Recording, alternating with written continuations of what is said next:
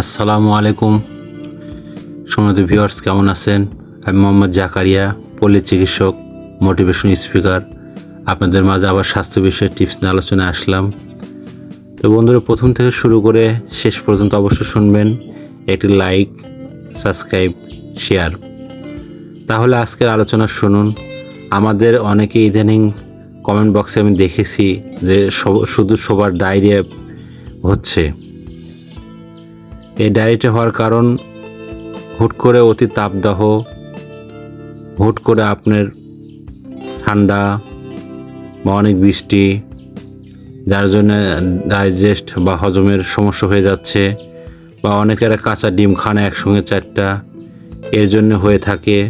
অনেকে হয়তো বিভিন্ন খাবার, বাসি খাবার হয়তো 3-4 দিন, 5 দিন, 6 দিন আগের বা অনেক দিন আগে ফ্রিজের খাবার খান, সেখানে ফুড পয়জনিং হয়ে যাচ্ছে। এলোমেলো খাবার বা নিয়মতান্ত্রিক খাচ্ছেন না, যার কারণে এই সমস্যাগুলো হচ্ছে। তো বন্ধুরা, আমি বলতে চাই যে আপনারা ভালো খাবার দেখে শুনে খান, 3টে টাইমে খান, তাহলে ডায়রিয়া হবে না। তো বন্ধুরা, আপনারা নিয়ম মেনে শরীরের দিকে লক্ষ্য রেখে চলবেন, তাহলে শরীরের স্বাস্থ্য, মন সব কিছু ভালো থাকবে।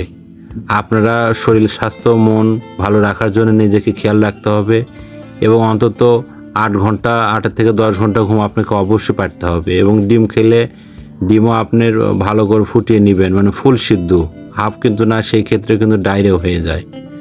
তো মোটামুটি কিছু টিপস আপনাদের মাঝে শেয়ার করলাম যে কেন ডায়রিয়া হয়, কী কারণ ডায়রিয়া হয়। তো আপনারা ভালো থাকবেন, সুস্থ থাকবেন। পরবর্তী ভিডিও নিয়ে আপনাদের সামনে আসবে এবং আপনারা অবশ্যই কমেন্ট করবেন কী ধরনের ভিডিও চান, এবং কমেন্ট, লাইক, শেয়ার করবেন, তাহলে ভালো লাগবে, আমরা উৎসাহ পাবো, পরবর্তী আপনাদের জন্য ভিডিও নিয়ে আসবো। তো ভালো থাকবেন, সবাইকে ধন্যবাদ, থ্যাংক ইউ, আল্লাহ হাফিজ।